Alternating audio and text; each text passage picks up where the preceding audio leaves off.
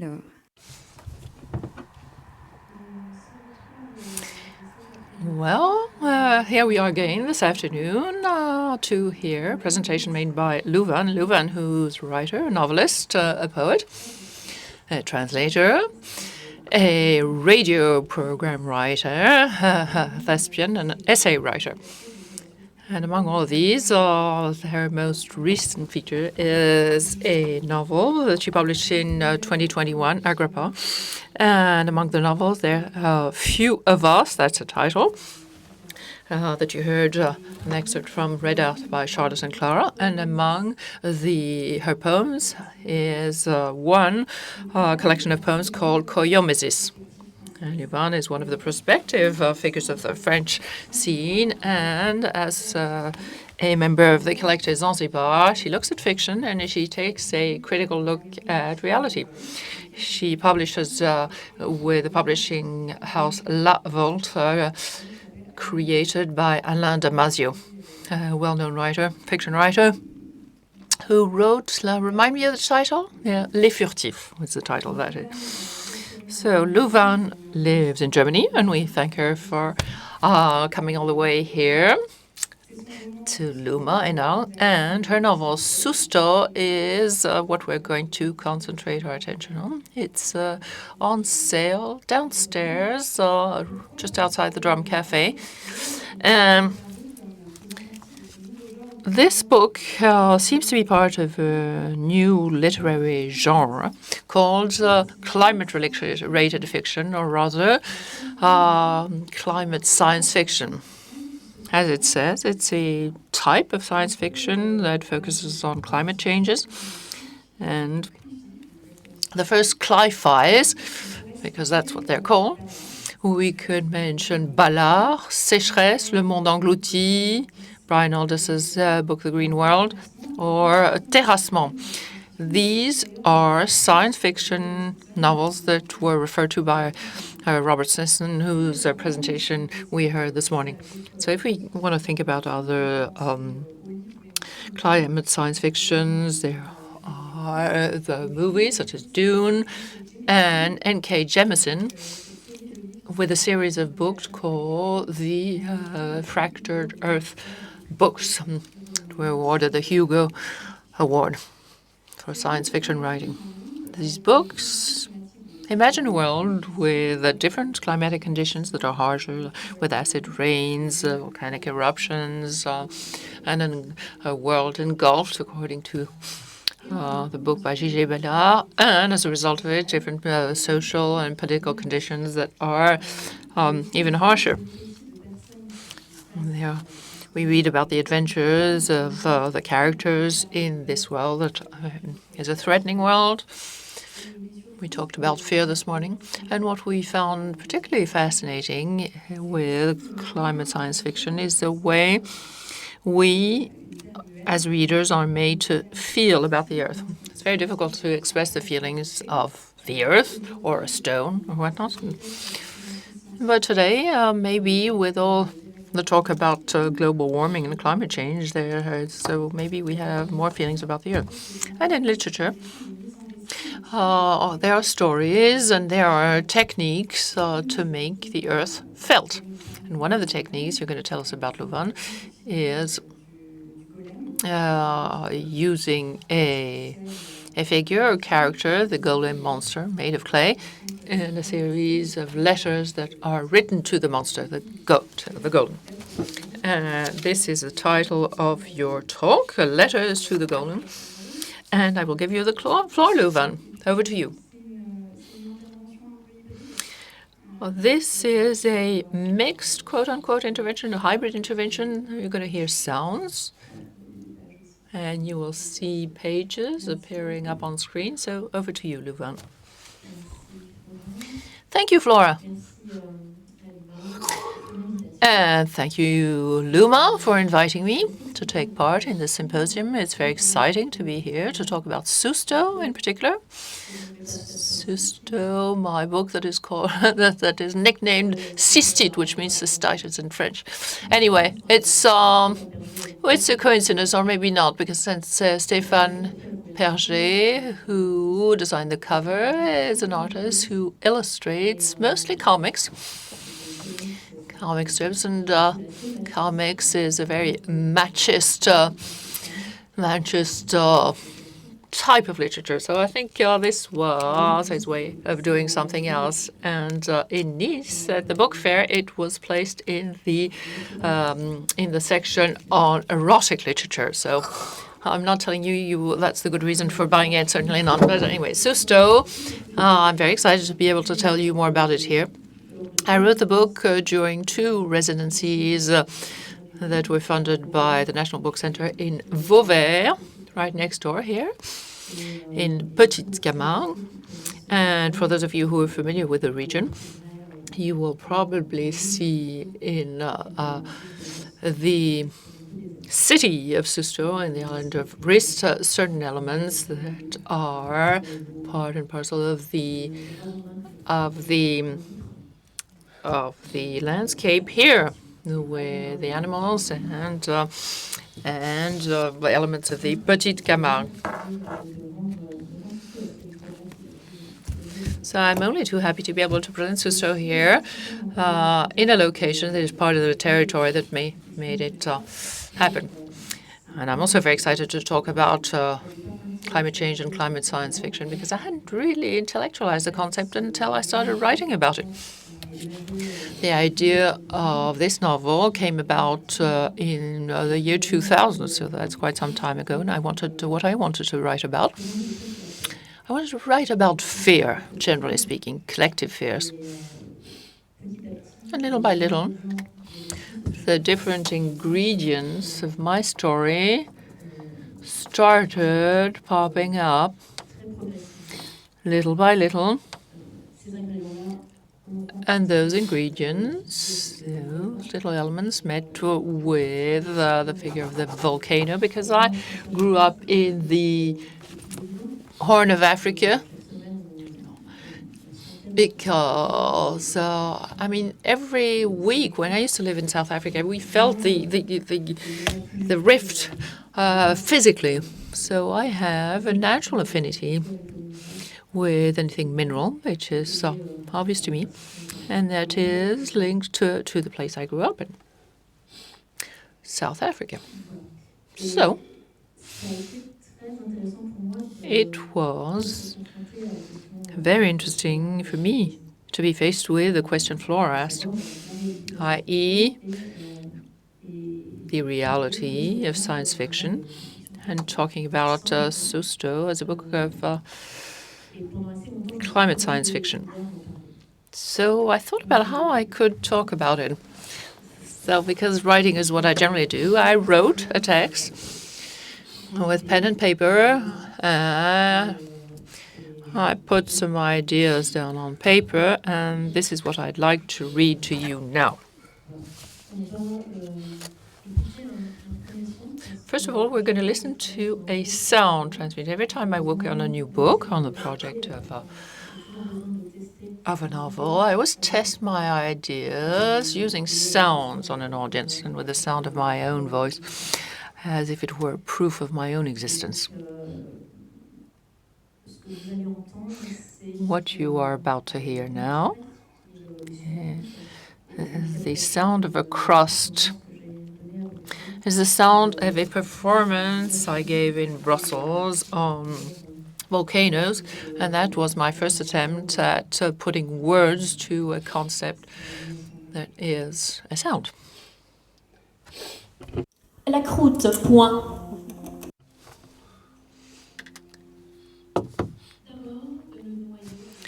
The kernel. First of all, there's the kernel. Full stop. Then, after the kernel, there's a boat. And then there is the mantle, or the coating. As a coat, it's a piece of clothing. It is both inner and outer. And then you have the discontinuity of Mohorovičić, which, as we all understand, is a difficult word to pronounce. And then the crust. End of quote. What is clearly conceived is clearly expressed, but that's not how my brain works. I write to understand, mostly. And I feed my brain with a basic problem, and then I feed my brain reading, documents, archives, discussions with people and others, and then I take a notebook, like in American movies, you see a person training and then becoming very athletic and then winning the contest. Anyway, same process.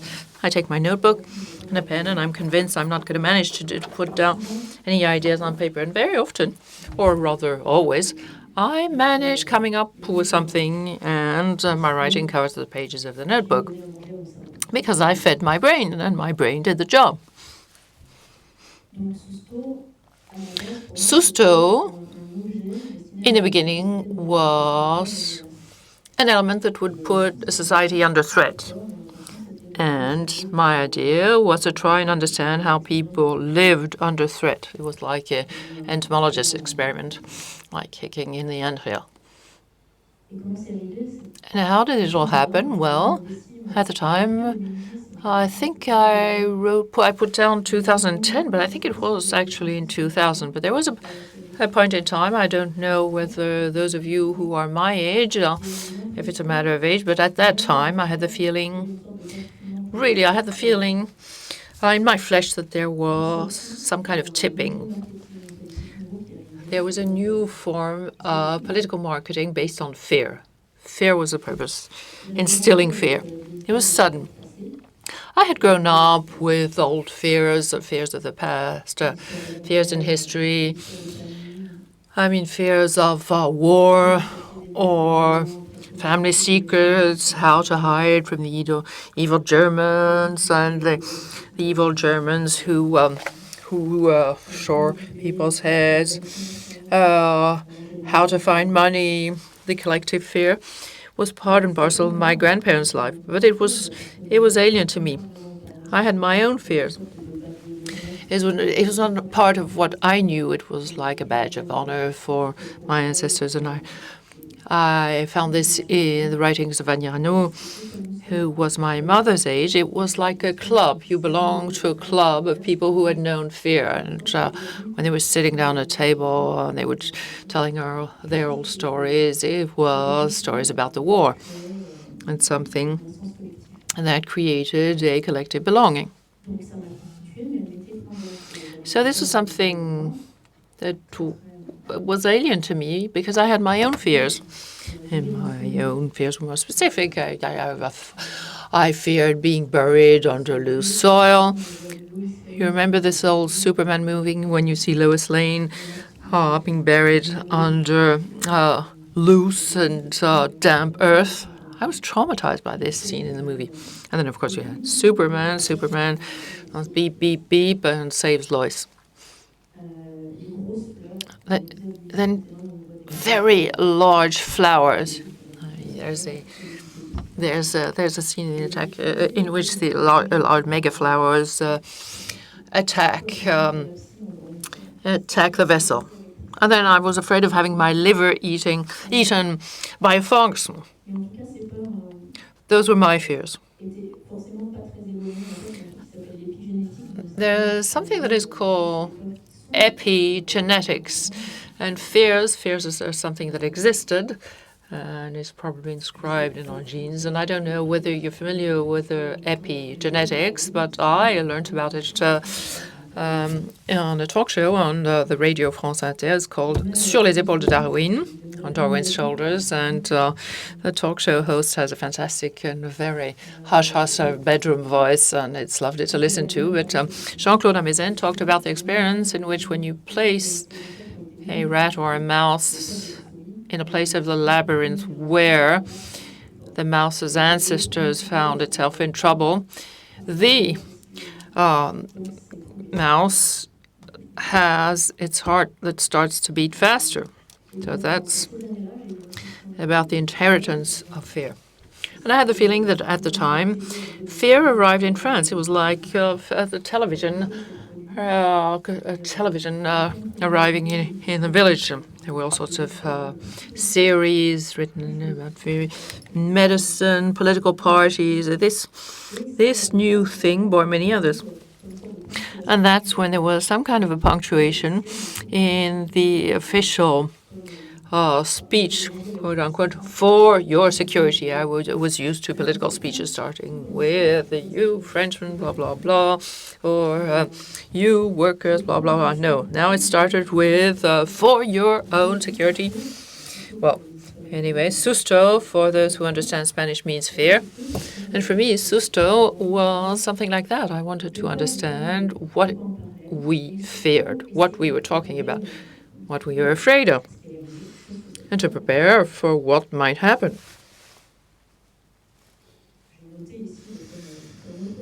Now here I had another excerpt I wanted you to listen to. It's called Golem.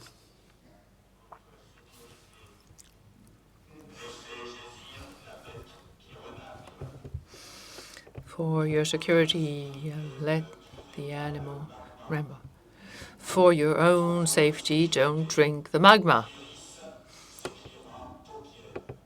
For your own security, iris will be spelt eyelid. For your security, you need to shrink.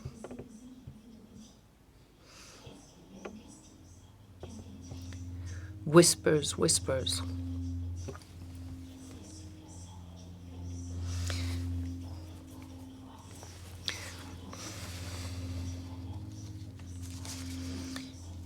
Whispers, whispers, why are we so small?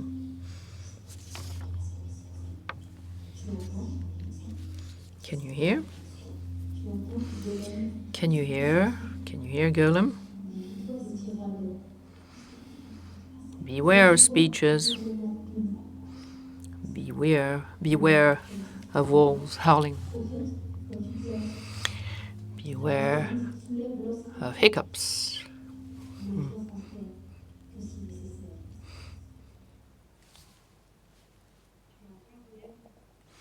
Can you hear, Golem? Can you hear the magma rumbling? Can you hear the empty whisper? Can you hear the quartering of the empty whisper?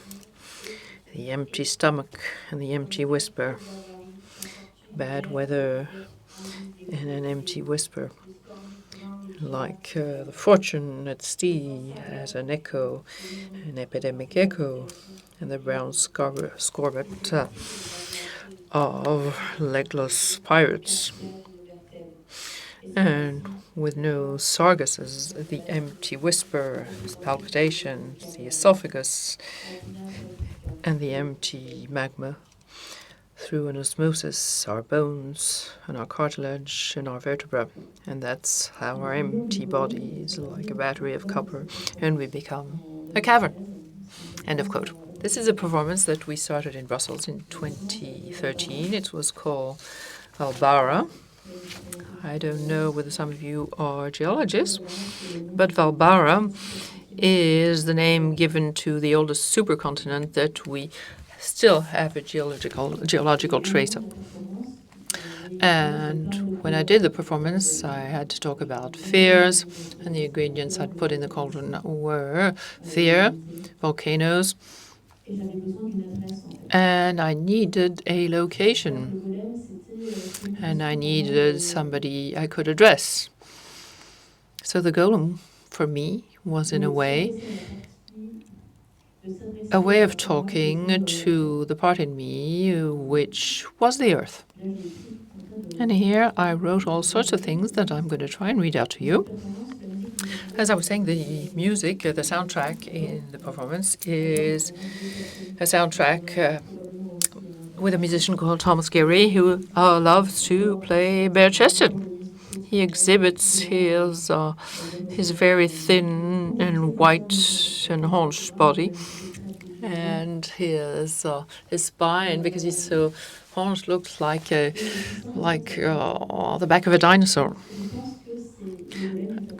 And that's how the golem came out of my imagination. I needed to know who I was and who I was talking to.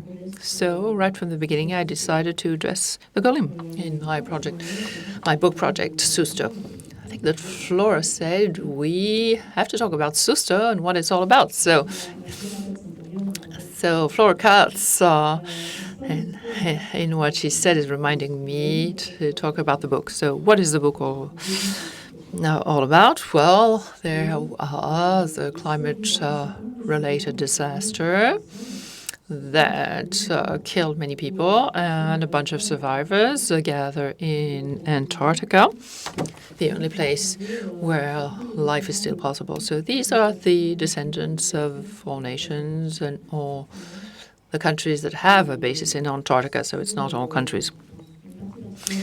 And in a particular part of the continent called Antarctica, there's a part called the Sea of Ross, and a beautiful volcano that is highly photogenic, that is beautiful. And some of you who might be fans of Harun Taziev, the volcanologist, might have seen the movie he shot on his trip to Rebus, which is a beautiful volcano with a beautiful lake of lava, often rain. And there is a lake of lava atop the volcano and its crater, and it's absolutely magnificent. So that is where the city was built. The city was built around the volcano, because of the existing threat. I read a lot about urbanism, and I invented a city. It's not a dystopia. It's not a utopia. It's something where wonderful things happen. Everybody moves around on bicycles. There's no television, no TV, a lot of radio. I put in the book, in my city, things that I like. So no TV, but radio. There's some kind of oppression, some form of oppression. Access to wealth is not evenly shared. Anyway, it's a world unto itself. And I think this pretty much defines the backdrop. One knows from the beginning that the city is going to be destroyed. It's like the last days of Pompeii. In reading it, one knows from the beginning it's going to go wrong. If you like books in which there is much action, well, this is not the guide. This is more sort of a fiction basket. And it's a book in which the daily lives of people is described. Some of you who might read it think, well, when it's going to happen? I mean, where's the beef? When is it going to explode? When is the volcano going to crack up? No, this is not the case in this book. So of course it's going to happen, but in the end. What else did I want to say?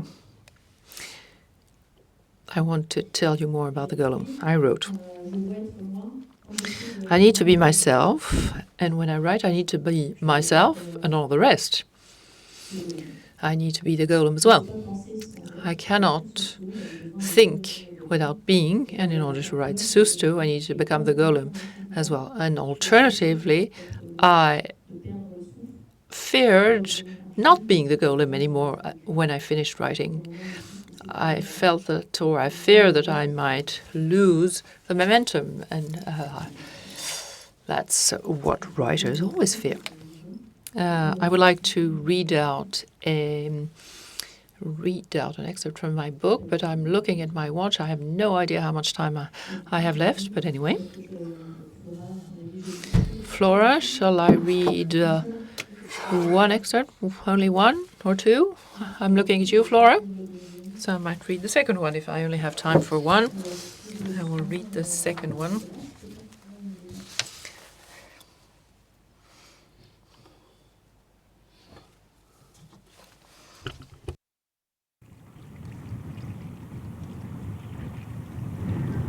The soundtrack has words, but they won't be translated.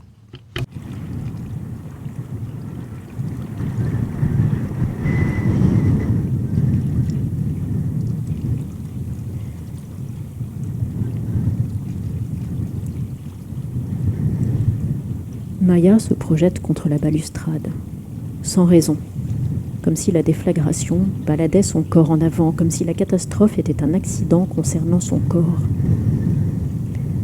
Ulrika Thorson. The author is reading out an excerpt of her book Susto, which is not translated. Son humeur est sèche, l'air ne pique, ne brûle pas, elle ne pleure pas. Björn a soif, soudain. Shonra aimerait vomir, mais des années d'alcoolisme lui interdisent ce confort du dedans. Elle agrippe la main de mère Marie qui pense à la tour de garde, comment elle est raflée, sûrement comment sa boutique, ses os, ses reins, tout valdingue. Bientôt elle sera fauchée et l'existence même. Nina tombe. Shona se gratte l'intérieur du poignet. Shelley inspecte les instruments. Les instruments ne disent rien. D'après les instruments de bord, voyant, molette, rien ne s'est produit. L'existence suit son cours morne de paquebot, rien s'est produit. Des vies. Adina Sadowska les sent dans ses veines, des vies disparaissent. Les lombrics ne mangeront rien. Le sol est sec, la catastrophe friable comme des blocs de sable sec agglomérés par le feu, calcinés. Waldman croit sentir la bouffée, la brûlure et son squelette soudain, avéré, beau, incrusté. Waldman est dedans. L'or suffoque Marie, fille aimerait rire d'un éclat bruyant, et rien n'arrive plus que des murmures, et personne ne parlerait plus à cet instant. Maya se promet de ne plus parler. C'est un vœu que se fait Shona d'arrêter l'alcool, en hommage à toutes ses vies, ses bouches gavées de roches, l'ensevelissement des bibles et autres sagas comme Gilgamesh s'endort en oubliant d'être immortel, et la poussière d'Isis, pense Ulrika, en souhaitant dans ses poignets, perclus d'une soudaine arthrose, sentir la glaise sous les paupières de Björn, qui veut pleurer pour les gens, pense aux ennemis innombrables qu'il comptait seulement abandonner. Les voici plongés dans un rien échappant au royaume d'Hadès, se dit Ulrika qui cherche derrière ses dents où cracher la mythologie et ce savoir inutile des moments où l'humanité, se dit l'or, ne suffit pas au cri à l'existence. On se passe de nous. Oui, Waldman en est certaine et peut-être suis-je en train de pisser, se dit Marie qui n'ignore pas qu'un corps n'est qu'un corps après tout, et pourtant les sourires de ses clients lui apparaissent. Tous comme un collage épidémique. Enfin, quelqu'un pense à ranimer Nina. Elle se réveille, des tapes aux joues. Chacun a mal au ventre. On se presse. Peu après l'anéantissement de Susto, trop tard, on pleure.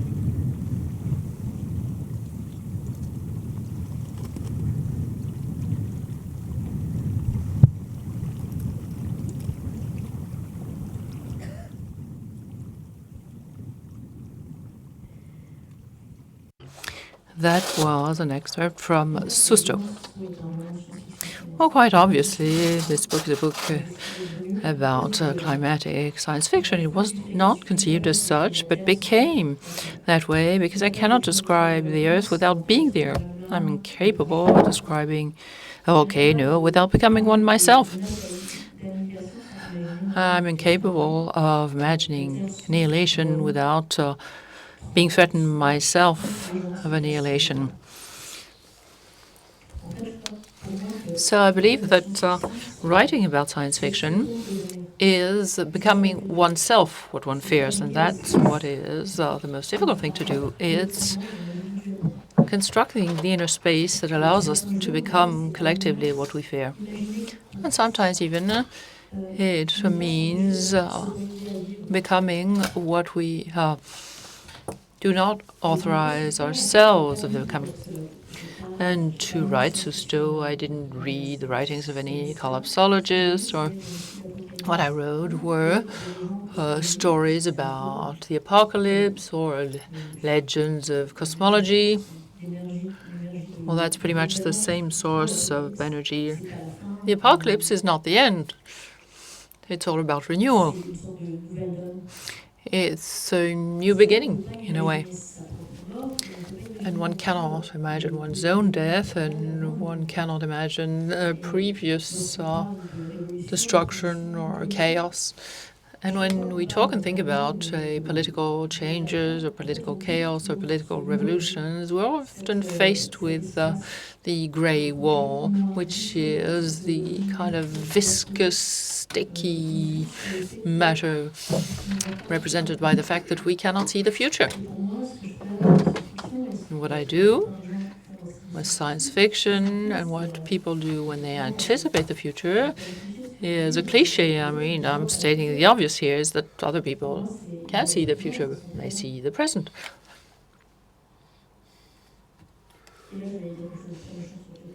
I was saying something very nasty about Jeff Bezos, but as Sister Helga very rightly said, in my opinion, when one cannot see through the world or the world of our imagination, when we hear the Big Bang and somebody going through the wall of the future, well, here I'm still going to say something nasty about Jeff Bezos. It's quite obvious that Jeff Bezos is, you probably saw Dragon Crew, is like a big white dick. I said it, okay. Yes, yesterday when I came to LUMA, I was driven here to a Tesla, and it's quite impressive. I was picked up by a Tesla, and it was a wonderful experience. Well, strange in my opinion. It was unknown to me, so many people are familiar with it, but I was not. And looking here at the taking off of cool dragon, can say, and now the astronauts are going to be taken to the launch pad in a Tesla. So it was interesting. And my next field of work is the future in space. So it's not going to be easy. It's a sharp curve, and to sidestep the big white dick is not going to be easy. And I don't know whether Stéphane Berger is going to be going to want to illustrate my cover. But anyway, that's another matter altogether.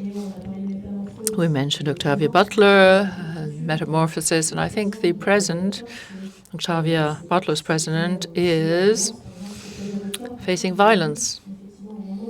I read Octavia Butler and her parable on summer when I was writing Susto, and it's a very violent story. She's a black woman living in the US.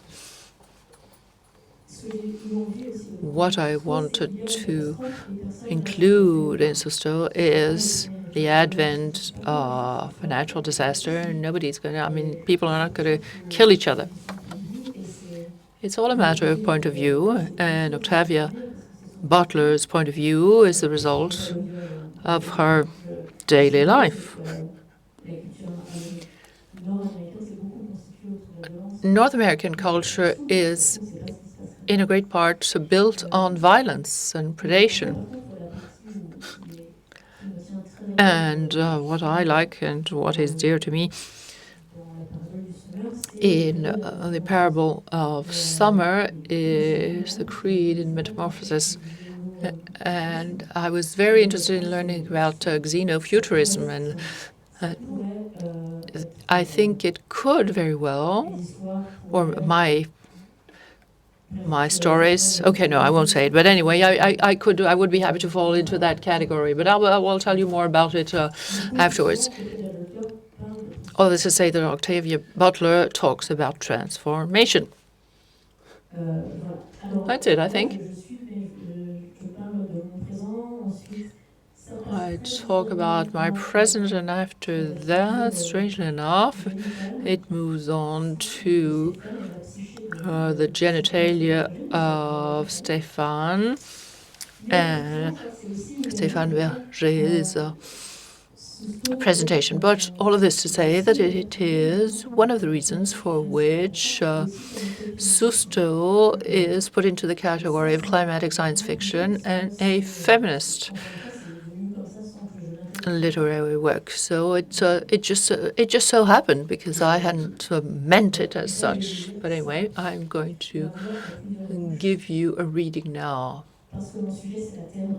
My voice has many mouths because my topic is the earth, and survival can only be done at the price of transformation.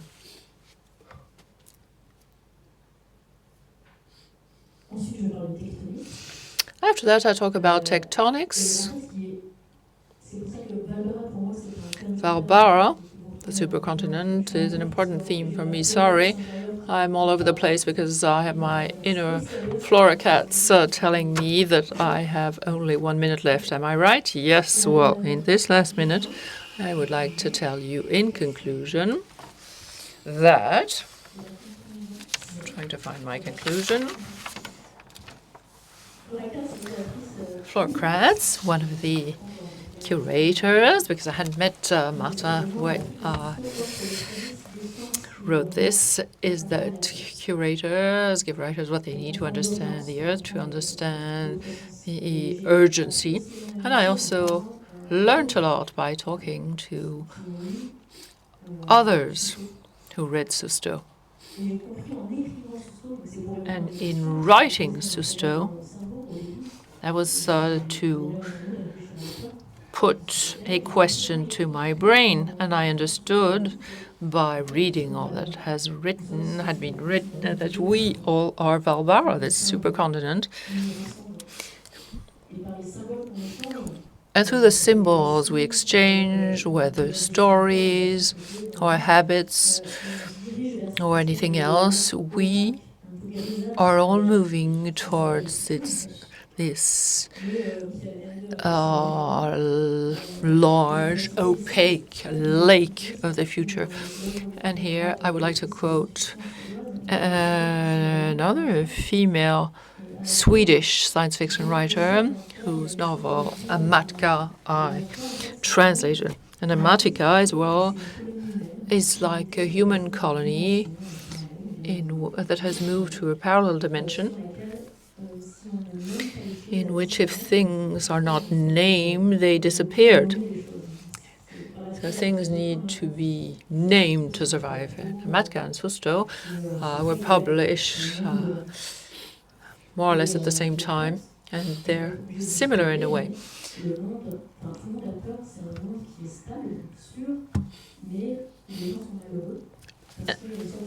And it's all about a world in which nothing is reinvented and things are named, and one needs to write table on the table, and one needs to remain the same, and there is no transformation possible. In the end, there's a revolution. Some people revolt against this world, even if it has some aspects of it that are very beautiful.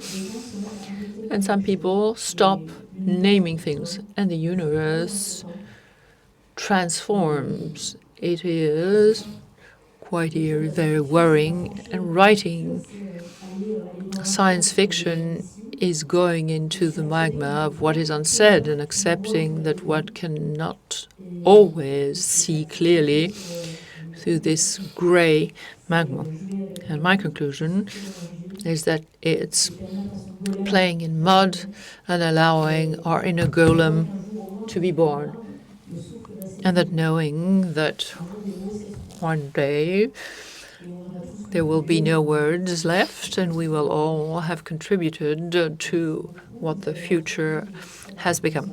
Thank you very much. You heard excerpts from the performance Valbara, the musician Thomas Gehry, the singer Frédéric Donnet, the composer Charo Cavo, who gave it wind from a recording in Iceland.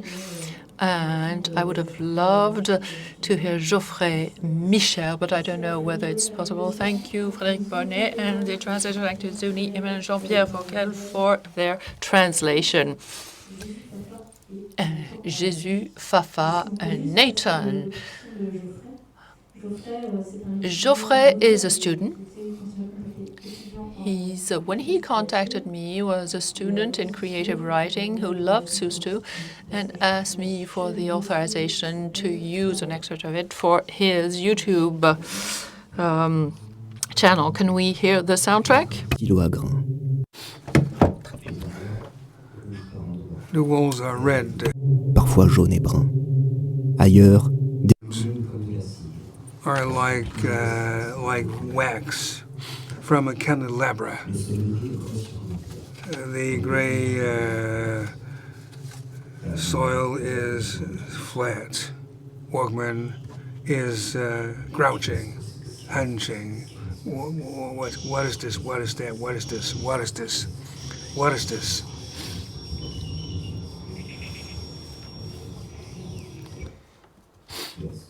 What is this? Making us so small and so tiny.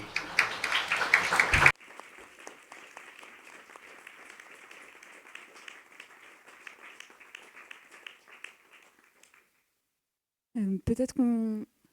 Now, any questions for the speaker? You may ask questions from the floor if you wish. Thank you, Luvan, for your great statement. No questions. Je vois pas tout le monde. Hans. Oui, en fait, j'avais une question par rapport à... Question about this idea of climatic fiction. I talked about Sterling. He said that started with his generation. I'd like to know the connections to Bruce Sterling compared to what you said, Leuven. You talked to Bruce Sterling? Oh God, oh gosh, oh gosh, oh my God. I read Bruce Sterling, Gibson also. Yeah, there is a connection, direct connection, I reckon, but as I said, when I design something, I put a lot of ingredients in my mind. It's like a cauldron, but it's not a reference. I'm denying, of course. There's something which is very coeval. I read Plasma. Did you read this book? It conjured another collection of novels from William Gibson, which was translated and graven on chromium, where you have the Johnny Mnemonic, which was unfortunately adapted, I guess. Adapted, for the movie, dramatized. And whereas it's William Gibson is really the cyber point and how you can imagine a world. What struck me when I read it is not future. We're talking about the present time. Gibson's books are people are smoking in spaceships, eating Japanese cuisine. Hi-fi authors are not futurologists. We're talking about our world on Earth. I was struck, not the same thing, because it is not human. She's exploring sci-fi or fantasy, namely, it's a kind of a history of a prehistoric eye whose destiny is to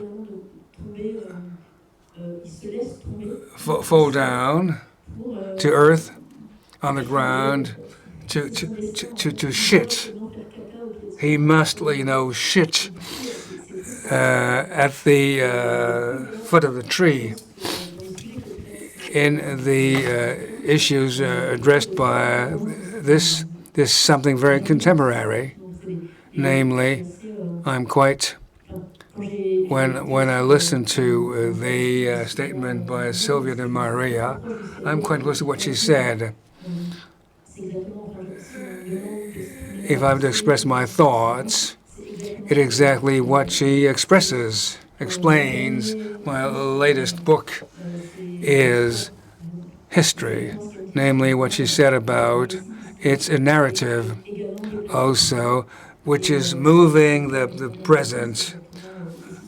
I'm trying to do this mayhem, exploring a lot of apocalypses now in the world. I'm trying to explore, look into the line I'm trying to imagine something to set the stage. It's a branch which did not expand or develop. It would be too long to explain, but anyway, Bruce Sterling, yes, of course. Yeah, great. You talked to Bruce Sterling. I'm impressed. Now, last question before we move on, Luvan. Thank you. You said something very, very. Writing, you said, is creating a golem. Is what I heard it. Producing a being made of clay. If I'm not mistaken, the golem is turning against its creator in the myth. What are we gonna say? Yeah. Well, yeah. Golem, God, oh God. It's not, well, yes. Well, yeah, exactly. It's a concern where there's something out there, a lot of things in the fear of it turning against its creator. It's a projection of myself, this golem, as it were. In fact, it links up to the clone in Origin Story. Yes, accepting, it means accepting. It is xenofuturism, accepting to question oneself, accepting to have your own, accept that the result is not what you wanted to create. Susto, it's not what I want to do. It's what happened at the end of Susto. Susto is a kind of novel with a lot of characters. There was a love triangle, but there was a Russian pope, a triad, a drug trafficking, a toddler. It's in one fell swoop. Something's coming up. Oh God! National Center, for books. I need some money, some subsidies to write this, which I can write, within a week. Thank you, Luvan. Okay, let's move on. Thank you, Luvan.